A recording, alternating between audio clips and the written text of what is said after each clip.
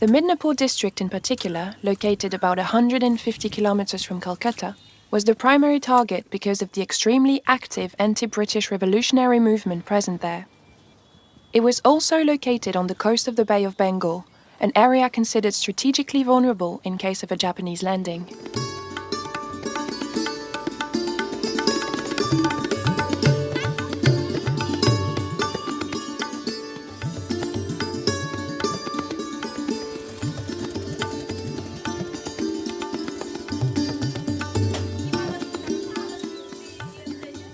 Today, only a few people who have experienced those painful times remain. Prabhat Kumar, 88 years old, is one of them. তখন আমার বয়স ছিল ধরুন 16 বছর 6 মাস। আচ্ছা, সেই সময়ে সরকার থেকে, ইংরেজ সরকার তখন গ্রামে খাদ্যবস্তু রাখবে না, এবার পুড়িয়ে দিচ্ছে। কেন না, সমুদ্রের ধারে বহিঃশত্রু আক্রমণ করতে পারে, সেই জন্য তারা যেন কোনো খাদ্য না পায়। সেইভাবে ধান চাল, আমাদের পাড়াগ্রামের তো ধানই হচ্ছে অবলম্বন, অর্থাৎ ধানটা পুড়তে আরম্ভ করলো। মরাই পর যেখানে থাকে, যেখানে ধান থাকে, আচ্ছা গোলা, সে গোলাতে আগুন লাগিয়ে শেষ করে দিই। In October 1942, a tsunami killed more than 40,000 people and destroyed all of the crops and livestock in the coastal areas of Bengal. It left hundreds of thousands of people homeless and starving. 3-4 দিন লোকে রান্নাবান্না করতে পারে না। কিছু সব লোক তারা দল বেঁধে বেরোলো, সব বড় লোকেদের বাড়িতে গিয়ে কিছু কিছু তারা সাহায্য চাইলো দল বেঁধে এইরকম করে। তারপরে ধীরে ধীরে জলটা কমে গেল, ধান আর হলো না, প্রচণ্ড দুর্ভিক্ষ দেখা দিল।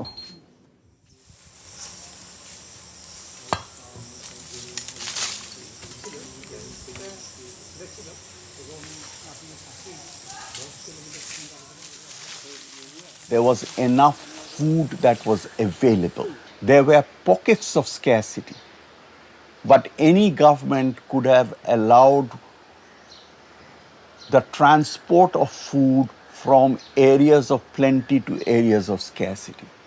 The British government, because it saw itself as being under threat of a Japanese invasion and had already was following what has been called the Scotch-Dart policy and also had appropriated boats, there were not enough transport available to move food from areas of plenty to areas of scarcity. And this is what created famine conditions. It was an artificially created, man-made shortage of food.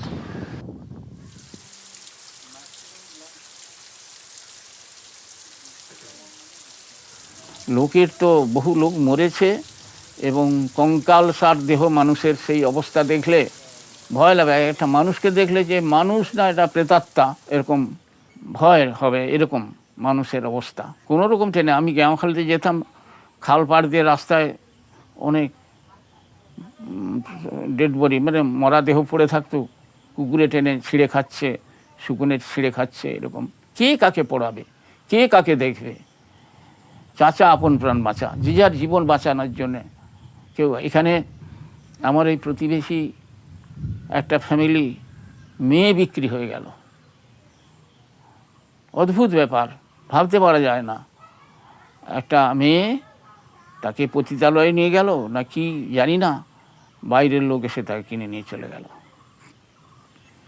অনেক family তো আর ফিরে আসেনি, যা চলে গেছে তাদের আর ফিরে আসে না। তারা আর পথে ঘাটে না খেতে পেয়ে রাস্তায় হুঁচুট খেয়ে পড়ে পথে ঘাটে মরছে। কোথায় চলে গেল, কোথায় মরলো, কি হলো, তার কোনো খোঁজ খবর নেই। এরকম হয়েছে চরম অবস্থা, দুর্ভিক্ষে।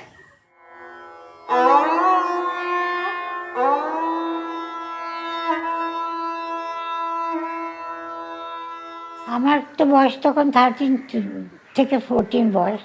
আর সেই সময়টাতে আমি দেখেছি মানে ফ্যামিনের এমন একটা চেহারা যে লোকে যেন মানে বাড়ির থেকে থালাটা নিয়ে, ভালো একটা শাড়ি আছে, কিন্তু থালাটা নিয়ে তারা নতুন একটা শব্দ বেরোলো, লঙ্গরখানা, কিচেন, লঙ্গরখানা বলে এটাকে।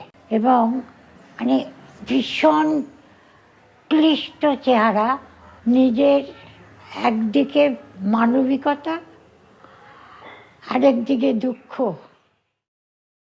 One of the first artistic responses was a devastating but brilliant film by the great Indian filmmaker, who himself was a Bengali, Satyajit Ray, who made Distant Thunder, an account of the Bengal famine as seen through the eyes of ordinary people. It was a brilliant reconstruction. Ray himself, as a young man, had witnessed deaths on the streets. He had witnessed the daily headlines: Thursday, 70 dead; Friday, 60 dead; Monday, 49 dead, etc., etc.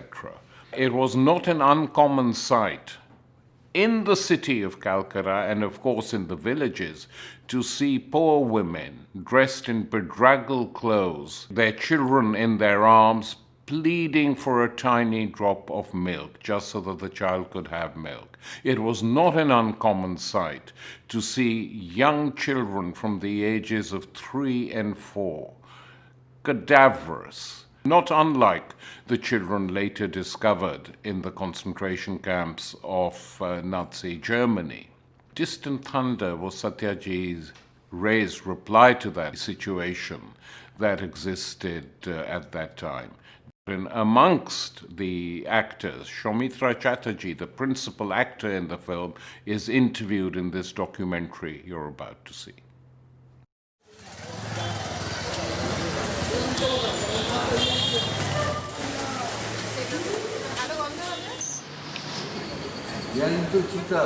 Sumitra Chatterjee is a very well-known actor in Bengal, still appearing regularly on stage. He played in many films by director Satyajit Ray, including Distant Thunder, a story about the 1943 famine in Bengal. When there was this talk of making a film, the first thing that came to my mind is I will get an opportunity for the first time in my acting career to show something, at least in my own little capacity, a thing that have haunted me all my years. And many people said that it is one of my best performances till date. I know why it is, because I have lived through those experiences. Those shadow of death looming large behind my head. People from the villages, they would crowd the streets, they would come to the houses and would cry out, "Pendao ma, pendao." Anyone who has heard that cry, pan is the water coming out of the boiled rice. They knew that if they asked for rice, cooked rice, even the person from whom they are begging, he hasn't got the means to give it to him. But usually in a Bengali household, that boiled water is thrown away.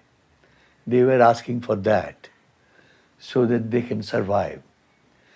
And anyone who has heard that cry, that same cry all over Bengal, "Pendao ma," Mother, give us that boiled water, will never forget in his life. Never, never. Breast চেপে চেপে চেপে চেপে মা দুধ বের করছে। দুধ বের করে দেখতে পেল যে বাচ্চাটা মারা গেছে। বুঝতে পারলো, ফলো করতে পারছিস আমার কথা? বুঝতে পারলো বাচ্চাটা মারা গেছে। এমন সময় দেখে সামনে তার আগে আরেকটি মেয়ে দাঁড়ানো, তার যে বাচ্চা সে তখনও বেঁচে আছে। সে তখন ওই বাচ্চাটাকে ওই নিজের যে বুকের দুধটা সেই দুধটা দিয়ে ওই বাচ্চাটার মুখে ঢেলে দিল। ওই বাচ্চাটা বেঁচে গেল। এ আমার মানে নিজের চোখে দেখা, আমার তখন মানে চোখ দিয়ে জল পড়িয়ে গেল।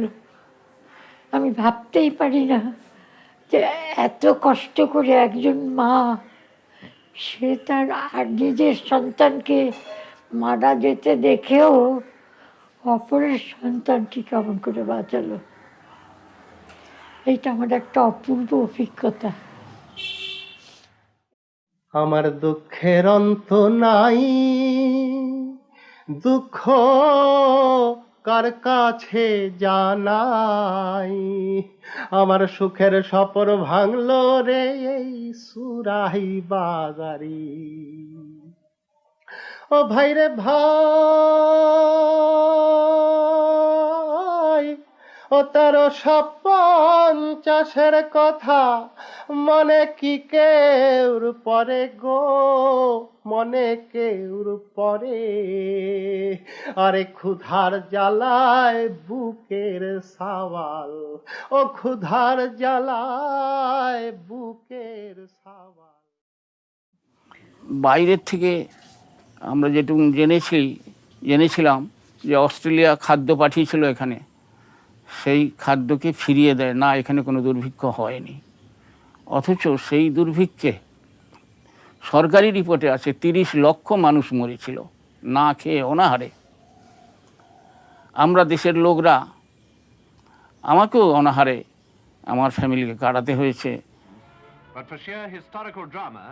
At this time, the British had managed to get a lot of ships from the US, but Churchill was not willing to release these ships.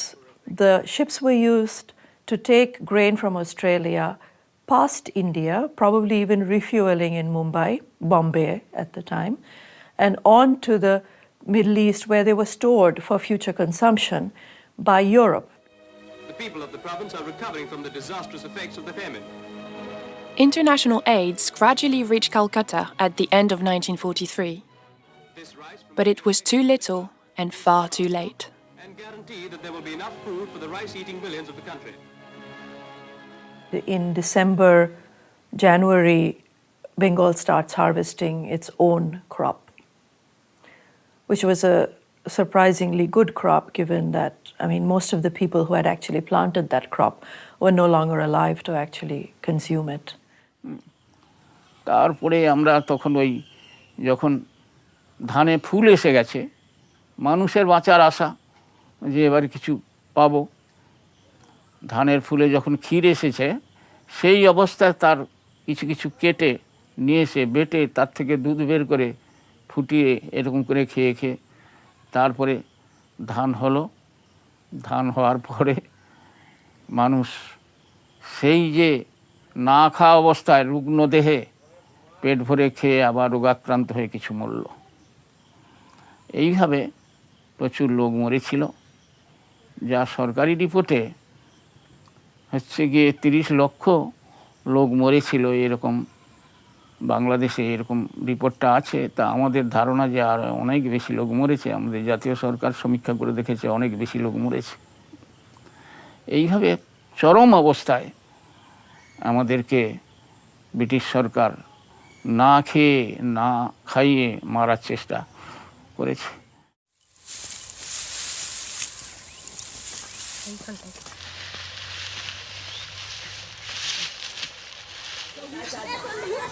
The famine starts to die down in 1944, leaving deep traumas in Bengal. 70 years have passed. Now perhaps many would prefer to forget those who died of hunger and the grave responsibility borne by the British government. There are others who will always remember. The Bengal famine being unknown around the world is no doubt because the crimes of the Axis powers got a lot of attention.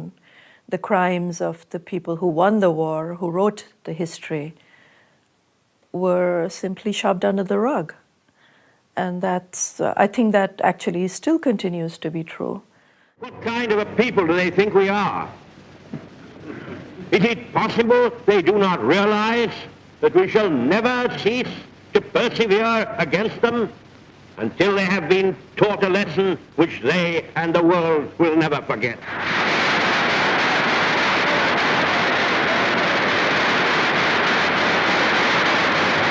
Churchill was a die-hard imperialist.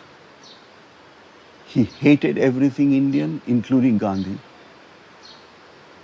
It is said that when the news went to him that Gandhi had been assassinated, he said, far too late.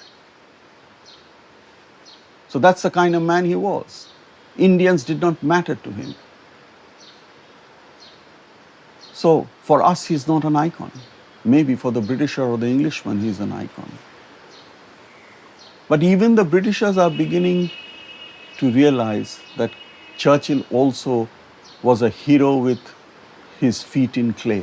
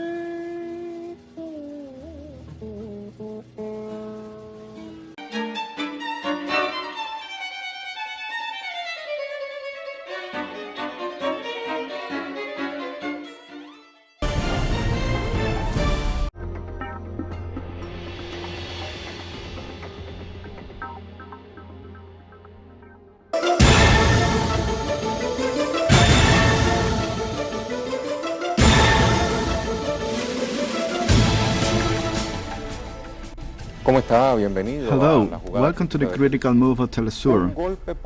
A double blow to democracy in Latin America.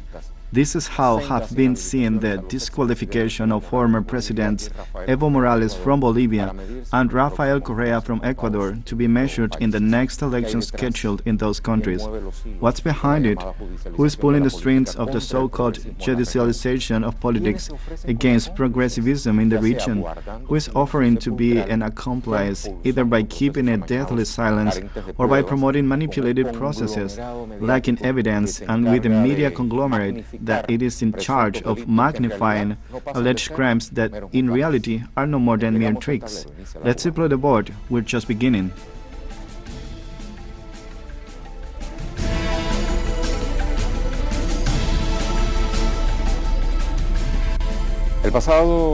Last Monday, September 7th, Magistrate Alfredo Jaimes Terrazas of the 3rd Constitutional Chamber of Bolivia determined that former President Evo Morales was disqualified from running as a candidate for the Senate for the Department of Cochabamba for the Movement Towards Socialism in the elections of next October 18th, because he exposed he does not reside in that country. On the same day, a court of cassation of the National Court of Justice of Ecuador issued a sentence that definitively annuls the possibility of the candidacy of former President Rafael Correa for the vice presidency of the country for the Citizens' Revolution movement. After the actions come the reactions. I also propose that you listen to statements that have remained for the sad history of the so-called warfare. There is no bribe, right? At most, there will be a traffic of influence of Pamela Martinez, who used her own company and asked Odebrecht for money. But it is the regional strategy of lawfare. They catch a guilty person, but we are going to get you 20 years. They did the same with Chicaiza, who just announced the Balda case in Argentina, and neither was published in the corrupt Ecuadorian press. When he accused me without knowing that as a president I can call him and order a telephone kidnapping, and that they threw the phone away and has no proof it was published in all the newspapers. Now what he does say? That they forced him, that they threatened to imprison him for years. If he didn't accuse me, and the women does. In those circumstances, they accuse anyone because it is the strategy that they have used against Lula, against Evo, against Cristina, against me, against George Class. This is the prostitution of a figure that is called effective or rewarded delation, where the guilty one is pressured to involve the political objective. some under house arrest. There must be at least 20 candidates at the head of Luis Arce, or candidate for president with processes. Comrade Luis Arce, who until now has 3 processes. Before he was candidate, he had no process, not even during the campaign. After the campaign, 3 processes. How many more will there be? Then they are no longer free or transparent or democratic elections.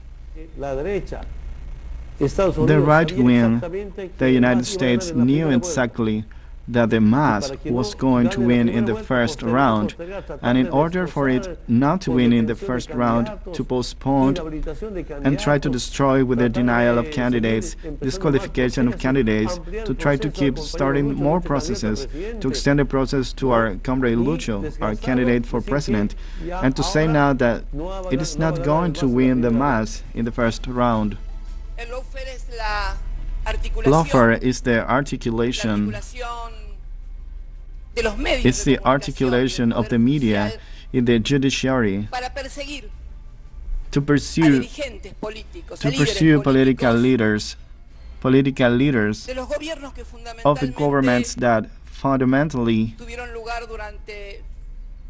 took place during the last decades in the region. Lawfare, besides seriously risking the democracy of the countries, it is generally used to undermine emerging political processes and to tend to the systematic violation of social rights. To guarantee the institutional quality of the states, it is essential to detect and neutralize this type of practice resulting from improper judicial activity in combination with parallel multimedia operations. Important political and religious figures, such as those we have just heard, have hit the target when defining lawfare. Let's investigate a little more about the nature and behavior of this practice, also known as the judicialization of politics. According to the Latin American Strategic Center of Geopolitics, the misuse of legal instruments for the purpose of political persecution, destruction of public image, and disqualification of a political adversary is known as lawfare or judicialization of politics. This strategy has been widely used in the last decade by the Latin American right wing, with strong support and financing from the United States, to hinder and remove progressive leaders with the sole intention of modding the left wing, calling it corrupt, to remove it from the regional leadership, either by preventing its participation in electoral processes or by removing it from the government's role. It uses apparently legal tools accompanied by white media coverage to put pressure on the accused and his environment, including close relatives, thus making it more vulnerable to unfounded accusations with the aim of losing popular support. Unrestricted Warfare, a book on military strategy published in 1999, describes lawfare as an unconventional method of warfare in which the law is used as a means to achieve a military objective. But it was not until 2001 that the concept began to be used in areas other than the U.S. military, following the publication of an article by Air Force General Charles Dunlap. Through its Agency for International Development, USAID, the White House advises on the reform of the legal apparatus in Latin America. The U.S. Department of Justice itself has in recent years strengthened its links with the legal systems of the region in the context of a supposed fight against corruption. To build lawfare, 3 dynamics are necessary. Political timing. It implies that the judicial case used as a weapon is made public at times of high political cost to the persons or groups claiming to be discredited. The organization of the judicial apparatus, the elites that control the state apparatus, place in key spaces lawyers, judges or prosecutors, lead to the power of the movement to attack the political adversary. The double standard of the law. Alleged cases of corruption are selected to be monitored, while others are made invisible or dismissed. In addition, the media is used as a strategy in all its platforms, which operates as war journalism in a way that is transversal to these dynamics, manipulating public opinion. Let's update more digital information. We begin in Bolivia, where in the last hours the coup president Janine Áñez announced the withdrawal of her candidacy for the elections postponed for October after a poll was released that brought her down to 4th place in the voting intention. Former President Evo Morales reacted on Twitter and said this timely withdrawal in context. As we had warned, Áñez resigned his failed candidacy with a double betrayal of his militants and candidates. She had long made up her mind. All that remained was to negotiate her impunity. It is clear that the price of her new alliance is impunity for the scandalous cases of corruption in the midst of the pandemic, for the genocide that for the ecomicide to which he has subjected the country. Those were the protagonists of the neoliberal crisis. Arenalistas, Miristas, and Emeneristas want to continue the pillage of Bolivia by means of the re-edition of the sadly famous mega coalition in the midst of the critical situation that we are living through. Prensa Latina agency titled on September 16th, Union for the Complete Hope Binomial Towards Elections in Ecuador. The Union of Hope Coalition, UNES, which brings together progressive forces in Ecuador, presented the communicator Carlos Rabascal as a pre-candidate for the country's vice president, with a view to the February 2021 elections. The journalist and political analyst will accompany Andrés Arauz, nominated to occupy the presidency by UNES, which according to various studies constitute at present the movement with the most popular support in this nation. Rabascal will replace the pre-candidacy the ex-dignitary Rafael Correa, who constituted the initial option of the coalition but was politically disqualified after the ratification of a sentence of 8 years in prison for aggravated bribery in the bribery case, an action denounced as scheme to prevent his participation in the elections.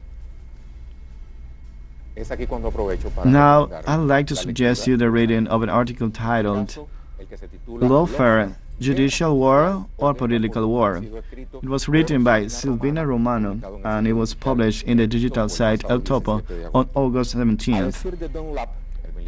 According to Dunlap, the U.S. military man who spread the term lawfare is a word by legal means, the use of the law as a weapon to destroy the enemy, and more generally, a tool of soft power.